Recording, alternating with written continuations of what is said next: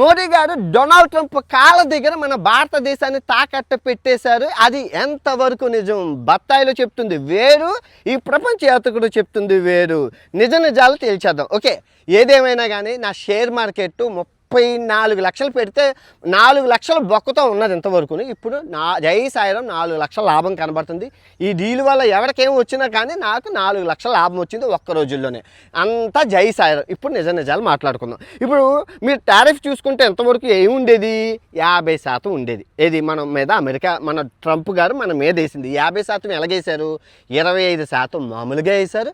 25% మనం రష్యా దగ్గర ఆయిల్ కొంటున్నందుకు కక్ష సాధింపులో 25%, మొత్తం 55. 50లోని ఇప్పుడు మనకి ఎంతవరకు తగ్గింది? 18కి వచ్చింది. ఈ 18 కూడా నిజమా అంటే ఇందులో కూడా మెలుకుందో అది తర్వాత మాట్లాడదాం. తర్వాత మన ఇండియా ఇంతకుముందు వరకును ఆన్ యావరేజ్గా 14% టారిఫ్ మనతో ఉండే, చూస్తుండే కదా 13.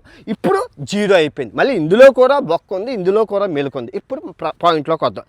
అయితే ఇప్పుడు ఈ 50% టారిఫ్ ఏదైతే ఉందో అది ఇంకా డీల్ అవ్వలేదు. మనం సంకలు గుద్దేసుకుంటున్నాం కానీ ఇంకా టర్మ్స్ అండ్ కండిషన్ రావడానికి టైం పడుతుంది. మరి ట్రంప్ గారు అన్నారు కదంటే మీకు అందరికీ తెలుసు, ఈరోజు ఇది అంటారు, రేపు ఇంకోటి అంటారు. 6 మాటలు నమ్మడానికి, పిచ్చి తొక్కల మాటలు నమ్మడానికి వీలు లేదు. ఇందులో టర్మ్స్ అండ్ కండిషన్ ఇంకా రాలేదు. ఓకే, ఇప్పుడు మన ట్రంప్ గారు పెట్టిన మెలిక ఏంటి అంటే 50% టారిఫ్ నుంచి 18కి వచ్చిందని. ఇదంటే మన ఇండియా మేము 0 చేసేస్తున్నాం అన్నారు. అది ఎక్కడ లాజిక్? ఇంతకుముందు 2025లో మనం 250 బిలియన్ మార్కెట్ చేసామో అనుకో, దానికి 14% టారిఫ్ అనేది మనకు పన్ను రూపంలో వచ్చేది, మన ఆర్థిక వ్యవస్థకు ఉపయోగపడేది. ఇప్పుడు ఈడు పెట్టిన డీల్ ఏంటి? 500 బిలియన్ మార్కెట్ చెయ్యాలి అని ఈడే పెట్టేశాడు. దానికి 0 టారిఫ్ అంటున్నారు. మరి అలాగైతే మనకే కదా బొక్క అంటే, అవును మనకి బొక్క, బట్ ఏ టారిఫ్ లేకుండా మనం అమ్మితే స్టాక్ మార్కెట్ కుప్పకూలిపోద్ది. కానీ ఇందులో కూడా మెలుకుంది కొన్ని సామాన్ల మీద, అన్ని సామాన్ల మీద కాదు. మీరు చూస్తున్నదంతా అబద్ధం. అసలు ఈ డీళ్ళన్నీ పక్కన పెడితే మనకి ఏదైనా మంచి జరిగింది అంటే ఈ వారంలో మనం యూరోప్తో కుదుర్చుకున్న డీలు అద్భుతం, అమోఘం, అఖండం.